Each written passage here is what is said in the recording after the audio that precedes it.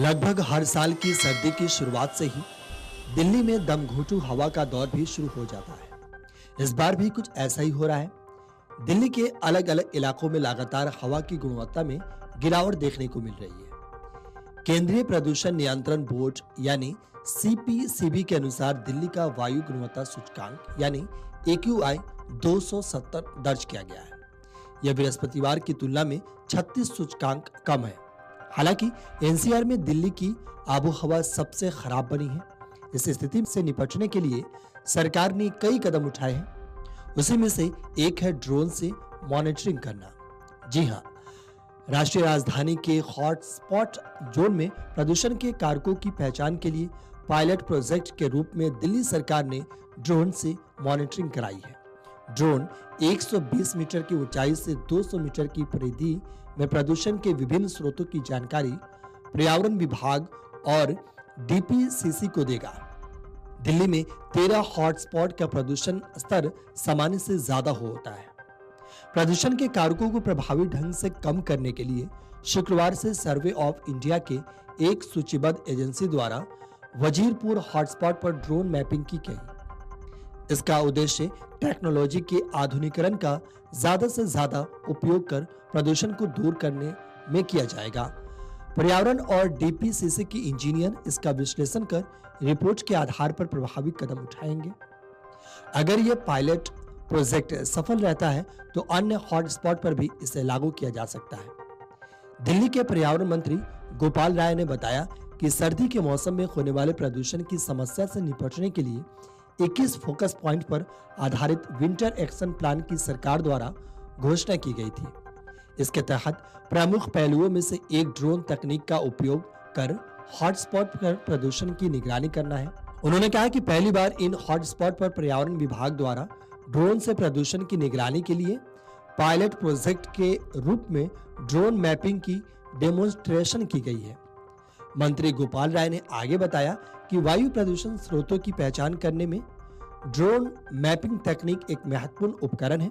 Sensor से lace drone भीड़भाड़ वाले शहरी क्षेत्रों, औद्योगिक और अन्य क्षेत्रों तक पहुंचने में सक्षम है, जहां पारंपरिक तरीके से निगरानी करना मुश्किल होता है। ड्रोन की तैनाती प्रदूषकों के फैलाव को बेहतर ढंग से समझने और नियमों का उल्लंघन करने वाले अनधिकृत औद्योगिक संचालन या निर्माण स्थलों जैसे महत्वपूर्ण हॉटस्पॉट की पहचान करने में सक्षम बनाती है।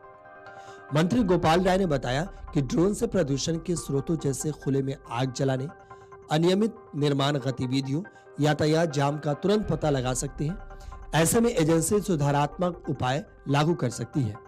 गोपाल राय ने आगे कहा कि 13 हॉटस्पॉट के लिए बने अलग अलग एक्शन प्लान के आधार पर काम किया जा रहा है। सरकार ने इसके लिए 13 समन्वय टीम बनाई है। धूल प्रदूषण कम करने के लिए हॉटस्पॉट वाले इलाकों में 80 मोबाइल एंटी स्मॉग गन लगाए गए हैं। साथ ही एमसीडी के डीसी को सभी संबंधित अधिकारी के साथ हॉटस्पॉट का लगातार दौरा करने का निर्देश भी दिया गया है। अब जरा सुनिए गोपाल राय का ये बयान। लेकिन जैसा आप सब जानते हैं कि जो हमारे 13 हॉट स्पॉट्स हैं, वहां पर सामान्य जो AQI का स्तर है दिल्ली में, वहां से ज्यादा पोल्यूशन का स्तर रहता है। इसलिए इस बार हमने ये निर्णय लिया था कि हॉट स्पॉट का ड्रोन के द्वारा मॉनिटरिंग का पायलट हम करेंगे और उसी के तहत आज वजीरपुर जो हमारा 13 हॉट स्पॉट्स हैं उसमें से एक हॉट स्पॉट है। यहाँ पर आज ये सर्वे ऑफ इंडिया के पैनल एजेंसी के द्वारा ड्रोन का पायलट किया गया है। इस ड्रोन का जो पायलट किया गया है, इसका जो मकसद है कि जो आधुनिक टेक्नोलॉजी है, इसके माध्यम से आसमान से जगह जगह जो भी प्रदूषण पैदा करने वाले सोर्स हैं उनको चिन्हित किया जाए और उसके अनुसार अपनी कार्य योजना फोकस तरीके से बनाई जाए।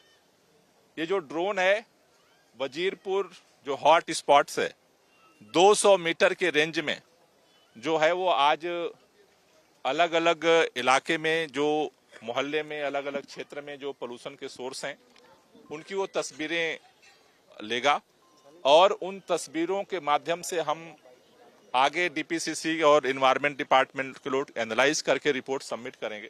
आपको बता दें कि राष्ट्रीय राजधानी में हवा की गति तेज होने से वायु प्रदूषण में मामूली सुधार आया है। सीपीसीबी के अनुसार दिल्ली का वायु गुणवत्ता सूचकांक यानी AQI 270 दर्ज किया गया है।